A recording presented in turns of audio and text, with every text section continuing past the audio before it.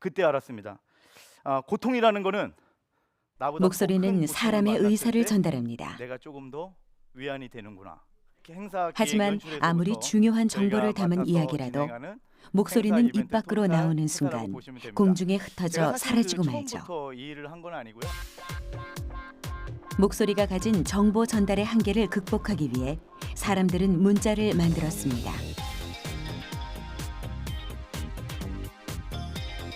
기록된 말은 보다 먼 곳으로 이동하고 보다 많은 이들에게 전해졌습니다. 우리의 글자 한글이 창제된 후 550년이라는 시간 속에서 이 땅의 사람들이 글자를 알고 읽고 쓰기까지 핵심적인 역할을 한 것이 있었는데요. 바로 활자입니다. 우리의 글자는 활자로부터 힘을 갖기 시작했으며 현재에 이르기까지 한글과 활자 기술은 밀접하게 연관돼 현대인의 생활 속에서 빛을 발하고 있죠.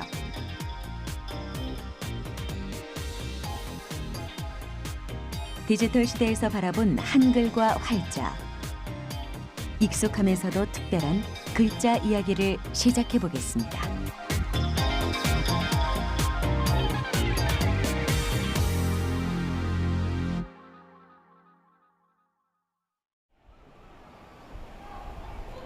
서울시 용산구에 위치한 국립중앙박물관. 수만 점의 유물들이 숨쉬고 있는 이곳에서 아주 오래된 한글 활자를 만날 수 있었는데요. 의뢰자 병용 한글 금속 활자. 현존하는 가장 오래된 한글 금속 활자입니다. 29점의 한글 활자는 1461년 불교 경전인 능엄경을 한글로 해석한 능엄경 언해에 사용된 것인데요. 조선시대에 만든 한글 활자는 명칭이 없었기 때문에 한글과 함께 쓰인 한자 활자의 이름을 따라 의뢰자 병용 한글 활자라고 이름 붙였습니다. 훈민정음 창제 이후 초기 한글 활자의 모습을 확인할 수 있는 중요한 사료이죠. 현재 남아 있는 최고 오래된 금속 활자인 의뢰자 병용 한글 금속 활자를 보면 그건 1461년 이전에 만든 것으로 보고 있는데요. 글자체가 초성, 중성, 종성이 각각 크기가 큰 그런 형태를 이루고 있고요. 그다음에 조선 후기에 만든 금속 활자나 다른 목 활자 현재 남아 있는 것이나 인쇄한 것과 비교를 해보면 후기에 가면 또 초성, 중성, 종성의 구성이나 형태가 달라집니다. 그래서 시기에 따라서 글자체도 변하고 자음 모음의 조합도 변해서 어떤 글자체의 변천을 볼 수가 있습니다. 당시 조선의 공식 문자는 한자였습니다. 따라서 활자 역시 한자를 주로 만들었는데요.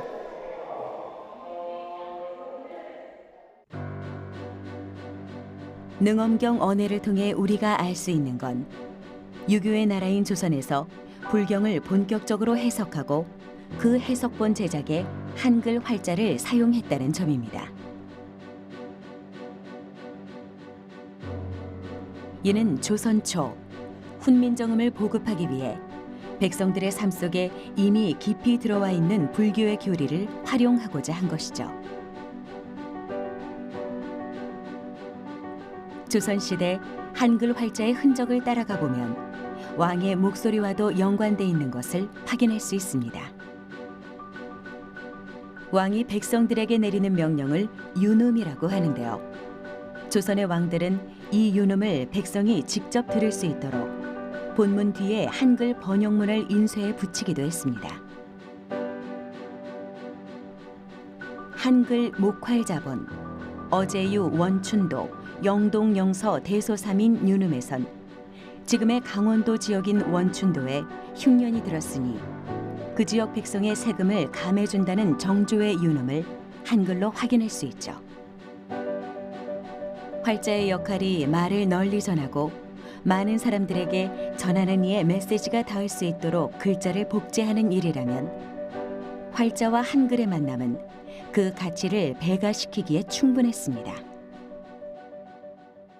활자가 한글 발전에 기여했다라고 하면 일단 활자로 책을 찍으면 많은 사람들이 그 책을 읽을 수가 있잖아요. 그런 측면에서 한글이 보급되는데 어느 정도 기여를 했다고 볼 수가 있고, 특히 이제 조선 시대의 한글 활자는 백성들에게 필요한 여러 그 유교 서적이나 또는 실용서들 이런 것들을 찍는 데 사용되었기 때문에 백성들에게 그 한글을 더 보급하는 데 영향을 미쳤을 거라고 생각됩니다. 활자는 말 그대로 살아있는 글자를 의미합니다. 준비를 마친 활자들은 차례로 선발돼 모이고 각자의 자리에서 제 역할을 하다가 인쇄 후에는 분리돼 다시 원래 있던 자리로 되돌아가죠. 한 곳에 고정되지 않고 자리를 이동하는 살아있는 글자.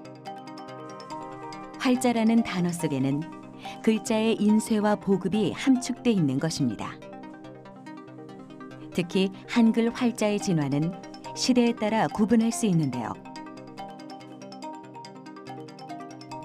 1443년 훈민정음이 창제된 해부터 1863년 철종 때까지의 시기를 옛 활자 시대라고 합니다. 금속 활자와 나무 활자로 책을 인쇄하던 시대. 한글의 글자체와 활자체가 함께 변화하며 글자 구조의 형식과 틀이 완성을 이룬 시기라고 할 수 있죠. 하지만 400년간 한글은 중국과 한자의 뒤편에 머물렀다는 시대적 한계를 안고 있습니다.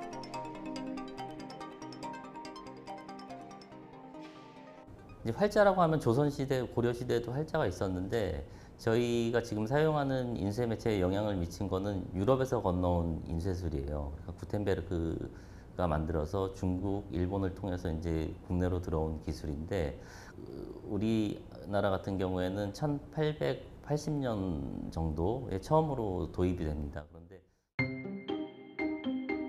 조선의 개화의 움직임이 일어나던 19세기 말 서양의 근대식 활판 인쇄술이 도입됐습니다. 새 활자 시대로 진입한 것인데요. 근대 인쇄술의 보급은 한글 납활자의 대중화를 이끌었습니다. 근대식 활판 인쇄 기술은 납으로 주조한 활자를 골라 조판하고 잉크를 묻힌 후 프레스기를 이용해 종이에 찍어내는 방식인데요.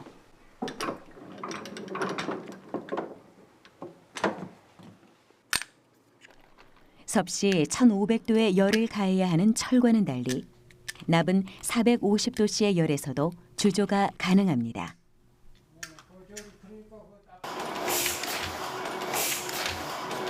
게다가 납활자를 이용한 근대식 인쇄 방식은 기존의 수작업으로 진행되는 것과는 달리 기계화로 이루어진다는 차이가 있는데요. 19세기 말 서양의 선교사들에 의해 제작된 순 한글 간행물은 대부분 근대식 납활자 인쇄기로 찍어낸 것이었으며 우리나라 최초의 한글 신문인 독립신문과 한글 일간지인 매일신문 또한 국내에서 주조한 근대식 납활자 인쇄의 결과물이었습니다. 한글과 납으로 만든 활자, 그리고 서구 인쇄 기술의 결합체는 신교육과 국민 계몽 운동을 이끈 숨은 주역이었죠. 인쇄술로서 수입을 해온 게 아니라 선교사들이 성경을 만들 목적으로 제작을 하기 시작한 거예요. 왜냐하면은 그 당시에는 국내에서 이제 선교 활동을 할 수가 없던 시기라서 책을 만들어서 책을 국내로 반입시켜서 그걸로 선교를 하는 그런 작업을 했었거든요. 그래서 뭐 일본 요코하마 이런 곳에서 그러니까 국외에서 한글 활자를 선교사들이 제작을 해가지고 그걸로 인쇄를 해서 인쇄물을 통해서 먼저 들어오게 됩니다. 그래서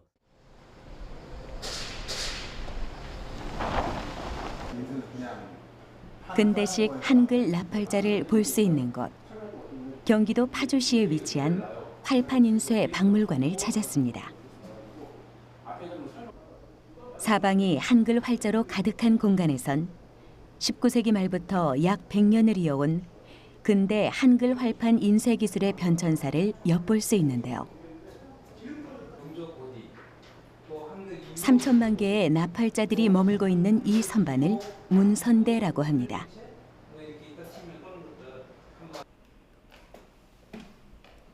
문선이란 주조된 나팔자들 중에서 필요한 활자만을 뽑아내는 작업으로 일일이 손으로 활자를 골라야 하기 때문에 시간이 꽤 오래 걸리는데요. 가나다 순으로 배열된 것이 아니라 자주 쓰는 활자 순으로 배열돼 있어 숨바꼭질을 하듯 필요한 활자를 찾아내야 합니다. 인쇄할 활자들을 다 모았다면 조판 과정에 들어가는데요.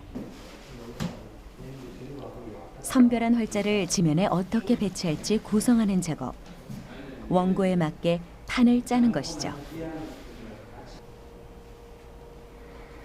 지금은 컴퓨터 모니터상에서 글자의 위치를 잡고 이리저리 배치해 보는 걸 간단히 할 수 있지만 활판 인쇄의 경우 여백과 글자의 위치 그리고 각 글자의 자간과 줄간격을 일일이 손으로 설계해야 합니다.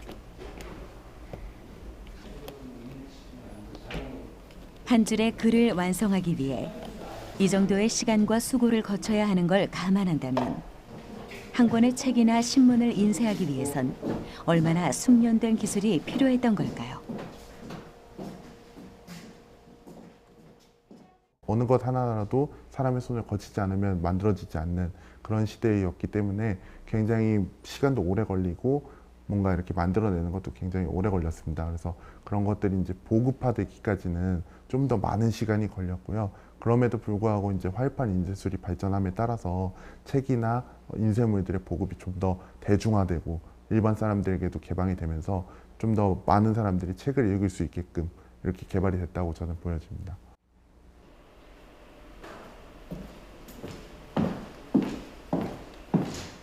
이렇게 완성된 조판은 인쇄 단계로 들어가는데요. 먼저 판이 움직이지 않도록 인쇄기에 단단히 고정한 다음 잉크를 발라야 합니다. 지금의 레이저 프린터 토너에 익숙한 이들에겐 되직한 활판 인쇄용 유성 잉크가 낯설게 느껴질 텐데요.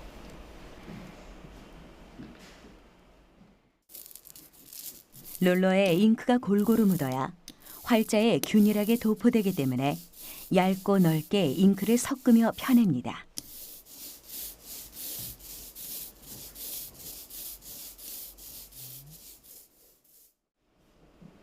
잉크가 준비됐다면 조판된 활자 위에 롤러를 굴려 잉크를 바른 다음 종이를 올려 위치를 잡습니다.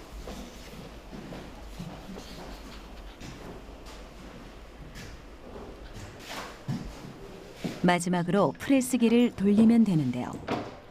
압착기 안으로 들어간 종이와 활판은 그 압력으로 잉크가 종이에 깊게 스며듭니다. 기계의 힘을 빌리긴 하지만 활자를 만들고 조합해 인쇄하기까지 모든 과정이 사람의 손길 없이는 불가능했던 근대식 한글 나팔자 인쇄. 이렇게 시작된 우리의 인쇄 기술은 한자와 한글의 병용 문화에서 순 한글 문화를 이끌었습니다.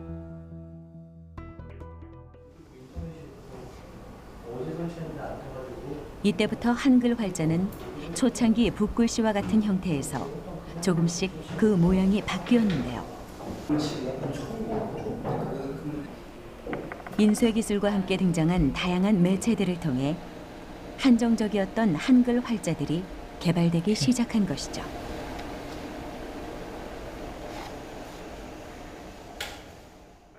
교과서용 활자가 만들어지고 신문용 활자가 만들어지고 매체에 적합한 활자가 만들어지는 과정에서 글씨들이 이제 손글씨에서 인쇄용 글씨로 양식화되는 작업이 들어가죠. 그래서 지금 저희가 사용하는 뭐 고딕체라든지 명조체라든지 이런 개념들이 이제 20세기 초부터 시작해서 오늘날 이르기까지 6.25 그 해방 이후 전후로 해서 지금의 활자의 형태는 거의 다 만들어졌다고 볼 수 있어요.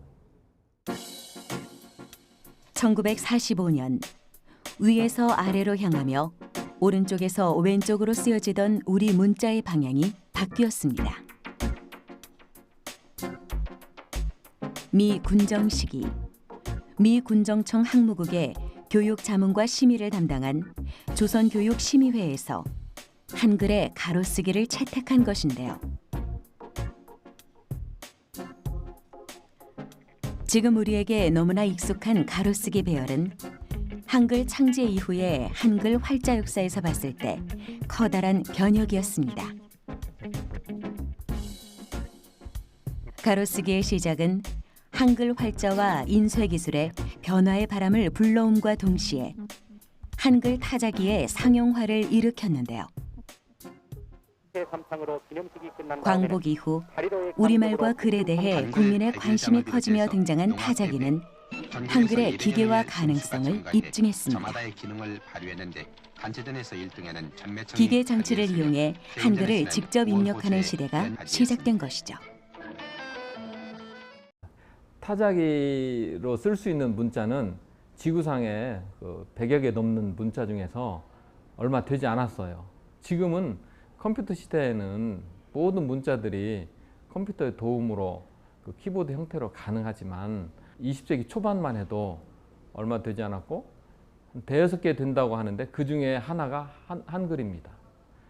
한글이 사용됨으로 해서 우리가 문서가 필요한 데서 타자기를 쉽게 사용할 수 있었습니다. 1949년 개발된 공병우 타자기는 안과 의사이자 발명가였던 공병우 박사가 제작한 3벌씩 타자기입니다. 한국 전쟁의 정전 협정을 체결할 때 협정문 작성에 사용하기도 했던 공병우 타자기는 우리나라에서 실용화에 성공한 최초의 한글 타자기인데요. 이 타자기의 특징은 자판 배열이 3벌씩이라는 점입니다. 지금 우리가 표준으로 사용하는 2벌씩 자판과는 달리 초성, 중성, 종성이 각각 1벌씩 총 3벌로 구성되어 있는 건데요.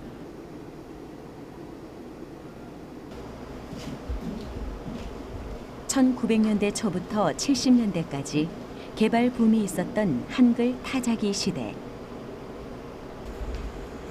이때까지만 해도 자판 표준이 없었기 때문에 타자기 자판 배열이 여러 종류로 개발됐습니다. 타자기마다 사용 방법이 달랐던 것이죠. 한글 자판의 통일이 어려웠던 이유는 우리 글자의 구조에서 찾을 수 있습니다. 한글은 초성, 중성, 종성, 각 음소를 하나의 음절로 모아 완성하는 글자로 이러한 형태를 모아쓰기 구조라고 합니다. 중성과 종성이 어떻게 모아지는지에 따라 낱낱이 글자 크기와 형태가 조금씩 달라지는 것도 볼 수 있는데요. 만약 자판을 칠 때마다 종이가 한 칸씩 옆으로 움직인다면 종성을 원래 자리에 찍을 수 없게 되며 글자의 모양 또한 완성할 수 없습니다. 이러한 문제로 인해 1900년대 초부터 중반까지 한글 풀어쓰기라 해서 영어식 표기법을 차용해 한글을 풀어 사용하기도 했는데요. 풀어쓰기 폐지 후 한글 타자기 개발자들은 글씨를 모아 쓰는 과정에서 낱글자들의 모양이 조금씩 바뀌는 것과 몇 벌의 글쇠로 자판을 배열해야 하는지 등 여러 난관을 해결해야 했습니다. 타자기 같은 경우는 처음 만들어진 곳이 서양 문자입니다. 그래서 그 알파벳을 적기에 적합한 방식으로 처음에 만들어졌는데요. 영어 알파벳 같은 경우에는 자음과 모음 낮자들을 가로로 쭉 이어서 쓸 수 있는 그런 방식으로 개발이 되었습니다. 근데 한글 같은 경우에는 자음과 모음을 하나의 음절 단위로 모아서 쓰기 때문에 처음에 그 서양에서 만들어진 타자기를 가져와서 우리나라에서 한글을 입력을 하려다 보니까 여러 가지 어려움들이 많았습니다.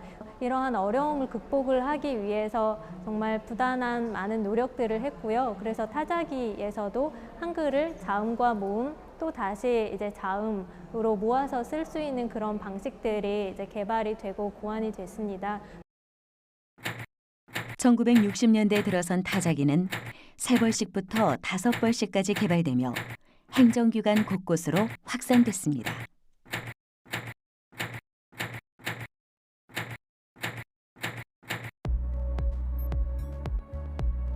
이 중 사용 빈도 면에서 대표적인 타자기를 꼽자면 3벌씩인 공병우 타자기와 5벌씩의 김동훈 타자기를 들 수 있는데요.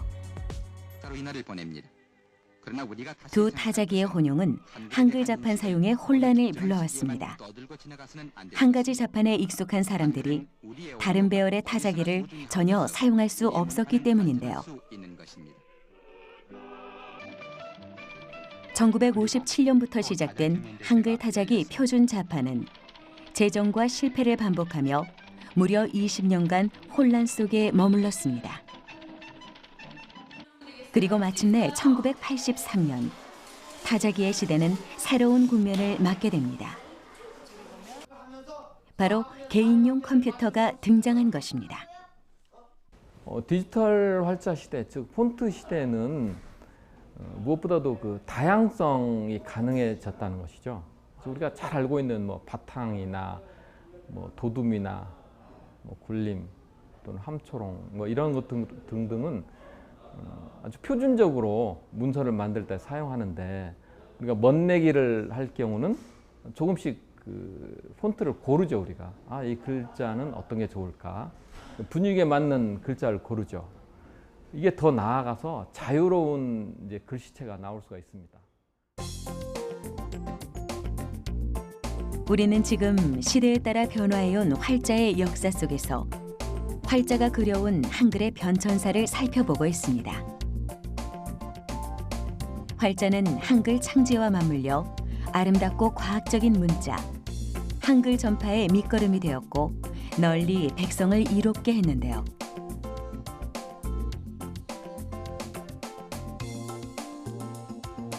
한글 창제 그로부터 550년이 흐른 지금 우리는 컴퓨터와 휴대폰 속의 문자에 익숙한 시대에 살고 있습니다.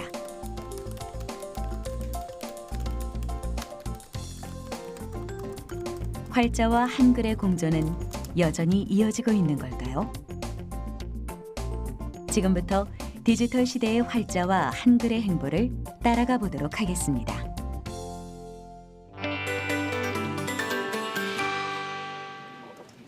(1990년대에) 들어선 한글 활자는 또 한 번 도약하게 됩니다. 그 변화의 기점은 컴퓨터의 대중화로부터 시작하는데요. 활자를 조합해 종이에 찍어내는 아날로그 시대를 지나 디지털 기기를 활용해 빠르게 활자를 만들어내고 수정하며 대량 인쇄가 가능한 시대. 우리는 이러한 시대를 가리켜 디지털 활자 시대라고 합니다. 예전에는 손으로 글자들을 하나하나 다 종이에 적었죠. 내가 만약에 쓴 내용을 고치고 싶다 하면은 다시 이제 손으로 일일이 적었어야 했던 것인데요. 근데 이것을 자판을 이용을 해서 컴퓨터에 입력을 하게 되면 내가 원하는 그 부분만 수정을 해서 또 복사해서 쓸 수도 있고 굉장히 편리하게 많은 양의 정보들을 처리를 할 수가 있게 됩니다. 하늘, 땅, 그리고 사람. 세종대왕이 훈민정음을 창제할 당시 한글의 모든 모음을 담을 수 있게 만든 기본자입니다. 땅과 하늘, 즉 아래아와 의가 어우러지면 오. 이와 아레아가 만나면 아가 되는 원리이죠. 자음은 발음기관의 모양을 본따 기본자를 만들고 기본자에 한 획씩 더해 나머지 글자를 만들었습니다. 이렇게 완성된 자음과 모음은 음절 단위로 조합돼 하나의 글자가 되고 백성들 사이로 널리 퍼져나갔죠. 디지털 시대에 들어선 한글은 또 다른 의미에서 사람을 이롭게 하고 있습니다. 24개의 자음과 모음의 조합으로 세상의 모든 일을 순식간에 표기하고 정보를 얻을 수 있게 돕고 있는데요. 활자로 글을 찍어 지식을 전하는 방법이 디지털 기기에 글자를 입력하는 방식으로 변환된 것입니다. 타자기만으로도 우리가 문서 생활에서 혁명적으로 발전했는데 키보드라는 것은 컴퓨터 키보드를 말하는 것입니다. 그전에는 우리가 타자기 시대에는 3벌씩이나 4벌씩, 5벌씩 이러한 말을 써가지고 제한된 글자만으로 우리가 문서를 만들어야 되는데 컴퓨터에서는 한글 같은 경우에 우리가 보이는 대로 그 글자대로 치면 컴퓨터가 자동으로 그걸 모아서 찍어주기 때문에 편해진다는 점이 있고요. 컴퓨터에 문자를 입력하는 키보드는 컴퓨터의 주요 입력 장치입니다. 그 구성을 살펴보면 가운데 줄에 있는 희응과 오자를 기점으로 왼쪽 세 단은 자음, 오른쪽 세 단은 모음으로 배치되어 있는데요. 이런 형식을 2벌씩 자판이라 합니다. 2벌씩 자판은 초성 겸 종성으로 쓰는 모음 1벌, 중성 겸 초성으로 쓸 때 사용하는 자음 1벌, 총 2벌로 이루어져 있는데요. 입력 방식이 단순하고 글수의 수가 적어 타자를 빨리 익힐 수 있다는 장점을 인정받아 1982년 한국 표준 자판 형식으로 지정됐죠. 자음 14자, 단모음 및 이중모음 12자로 이루어진 2벌씩 자판은 컴퓨터 키보드 표준으로 사용되는 영어 쿼티 자판의 숫자와 대응을 이룹니다. 알파벳 26자와 맞아떨어진 것인데요. 26자 이외의 한글 자모음은 시프트 키와 함께 누르거나 자판 2개를 연속해 누르며 정상적인 운지 범위 내에 글을 입력할 수 있습니다. 그런데 이 알파벳과 가장 닮은 문자거든요. 동아시아에서 사용되는 문자 중에서는. 그래서 일단 입력 장치에 굉장히 적응을 잘 할 수 있었어요. 그리고 활자 시대 때도 어느 정도 그 알파벳의 특징을 살려서 받침을 따로 주조해가지고 합쳐서 주판을 한다든지 이런 작업이 있긴 했었는데 그거랑은 비교가 할 수 없을 정도로 키보드라는 매체에 적응을 잘 할 수 있었죠. 키보드로 한글을 입력하는 방식을 살펴보면 양손을 번갈아 사용해 한 글자씩 입력하며 리듬감 있게 문장을 완성해 나가는데요. 한글을 디지털 시대에 적합한 문자라 일컫는 이유는 여기에 있습니다. 한글은 자음 다음에 모음을 표기하기 때문에 왼손으론 자음을, 오른손으론 모음을 치며 빠른 속도로 글자를 입력할 수 있는데요. 이러한 한글의 입력 방식은 자모를 음절 단위로 조합해 적는 한글의 모아쓰기 원칙과도 이어져 있습니다. 컴퓨터 키보드로 자음과 모음을 입력하면 입력한 문자가 모니터에 그대로 나타남과 동시에 자모 조합으로 1172자를 손쉽게 조합해낼 수 있습니다. 옛날 활자 시대엔 인쇄에 사용되는 글자 하나하나를 만들어냈다면 이제 26개의 키와 시프트 키만으로 모든 글자를 만들어낼 수 있게 된 겁니다.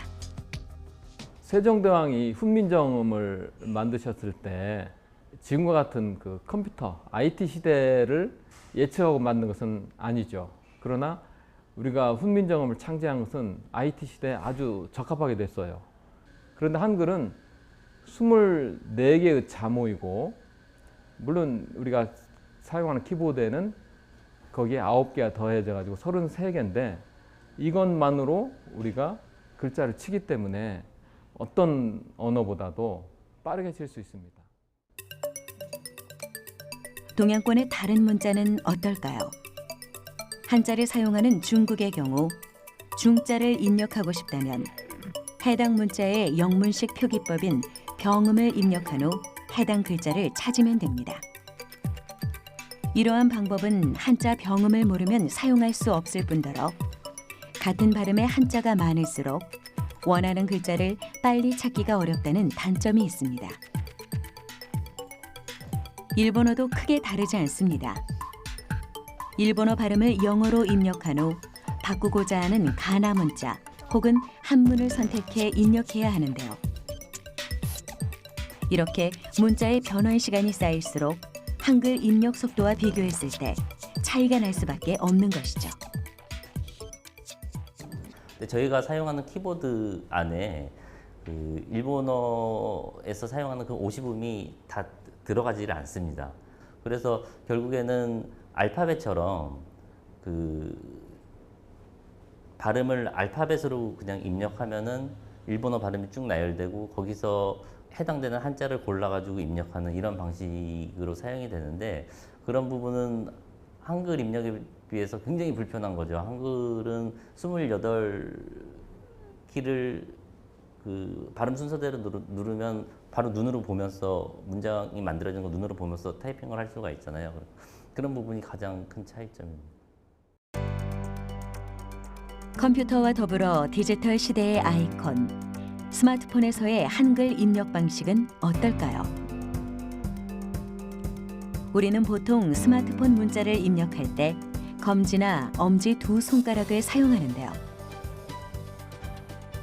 쿼티 방식, 다이얼 키패드 방식 등 손에 익은 자판 배열을 선택할 수 있습니다.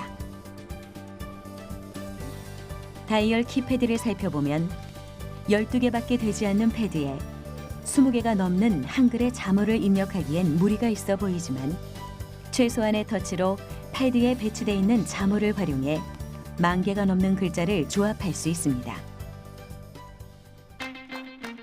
아래아, 으, 이, 3개의 모음 기본자를 활용해 모든 모음을 만들 수 있으며 나머지 패드에 자음을 적절히 배치해 자음과 모음을 입력할 수 있기 때문인데요. 디지털 기기의 입력 방식과 한글 창제 원리가 맞물려 한글의 효율적인 문자 체계를 증명한 것이죠. 한글 같은 경우는 우선 자음과 모음을 분리를 해서 이것들을 모아서 한 음절 단위로 적게 되어 있는데요. 글자 자체가 하나의 음절 단위로 적는 글자들에 비해서 굉장히 적은 수의 글자로 많은 다양한 말소리를 적을 수가 있습니다. 스마트폰에서 문자를 보낼 때 그 입력 방식을 한글의 창제의 원리를 가져다가 썼기 때문에 그 적은 수의 글자로 굉장히 많은 그런 그 한글 자모를 조합을 해서 음절 단위로 적을 수 있기 때문에 속도가 더 빨라서 정보화에 더 유리하다고도 볼 수 있습니다. 빠른 속도가 경쟁력인 디지털 시대에서 더 빠르게 정보를 입력할 수 있다는 건 많은 정보를 보다 신속하게 디지털화할 수 있음을 뜻합니다. 이때 글자의 가독성이 더해지면 의미 전달이 더 쉬워질 텐데요. 그 역할을 하는 것이 디지털 활자, 폰트입니다.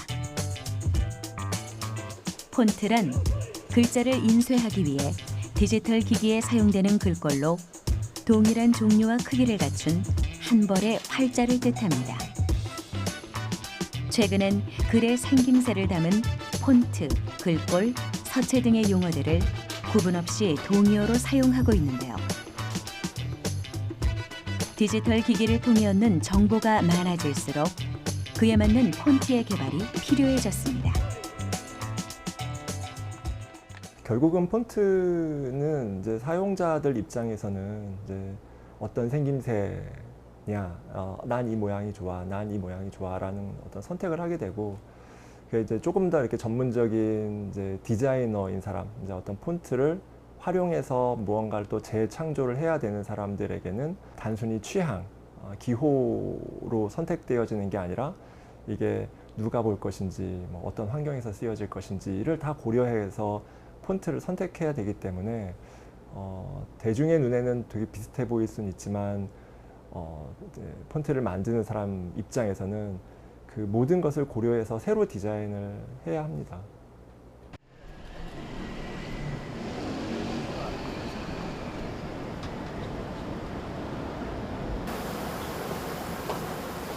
시대의 미감에 맞게 또 필요에 맞게 한글 폰트가 만들어지는 이곳. 컴퓨터라는 디지털 기기의 등장과 함께 필요성이 대두된 한글 폰트의 제작 과정을 살펴볼 수 있는데요. 글자를 한 부분 한 부분 미세하게 조절하며 활자를 만들어가는 폰트 디자이너들. 폰트를 만드는 과정을 통해서 우리는 한글 활자의 특징을 엿볼 수 있습니다. 먼저 폰트의 사용 목적, 용도에 맞게 정확한 컨셉을 잡고 기본 스케치를 합니다.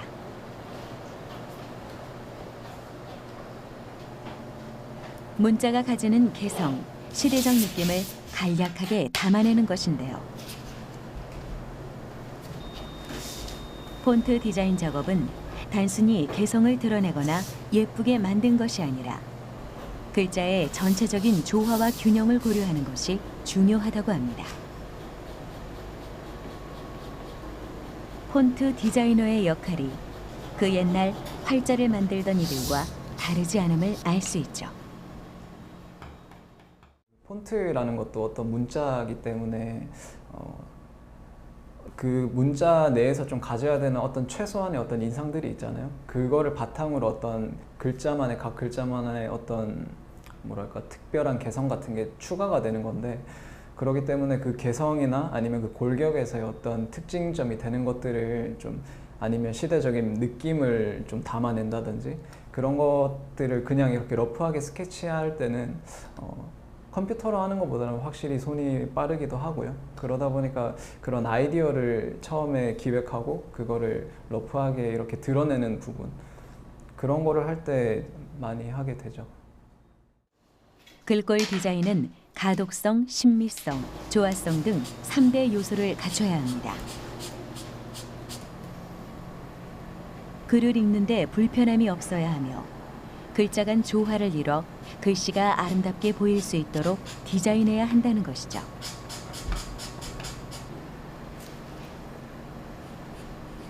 특히 모아쓰기를 하는 한글의 경우 받침의 유무에 따라 또 모음이 가로에 위치하냐 세로에 위치하냐에 따라 어디에 어떻게 빈 공간이 생기는지 주의를 기울여야 하는데요.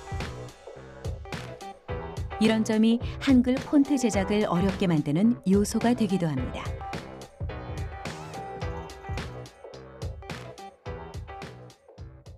저희가 이제 전체 디자인을 할 때도 뭐 글자와 글자 간의 간격, 그 다음에 어간과 어간, 그러니까 단어와 단어 간의 간격, 띄어쓰기라고 하죠, 우리말로는.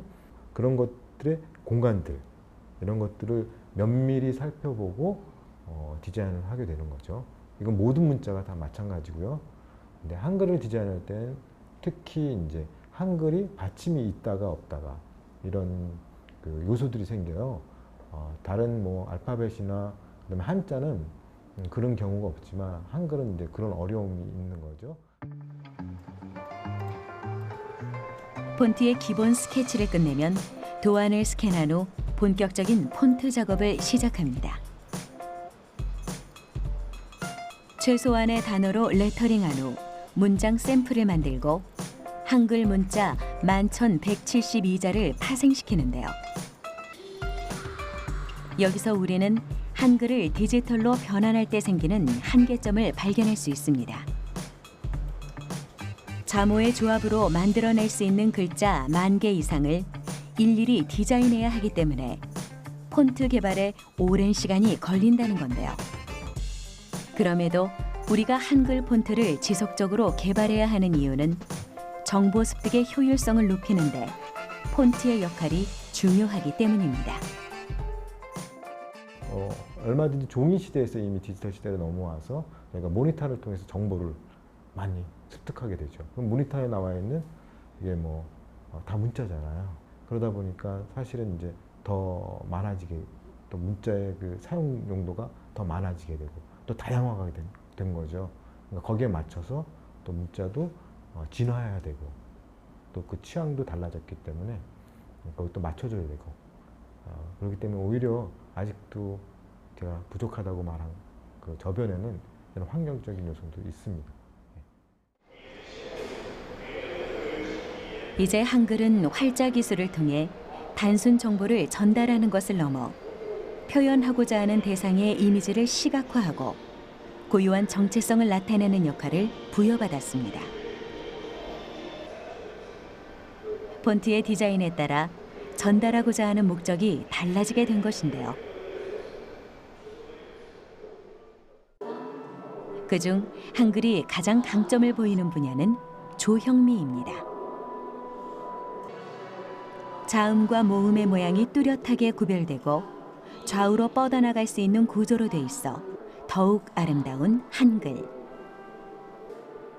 그 특유의 조형미는 현대 사회의 문화 예술 속에 녹아들어 기하학적 아름다움을 전 세계에 전하고 있죠. 문자의 기본은 정보 전달에 있는 만큼 글자체, 글자 간격, 행간 등을 고려해 가독성 높은 폰트를 만드는 것도 중요합니다.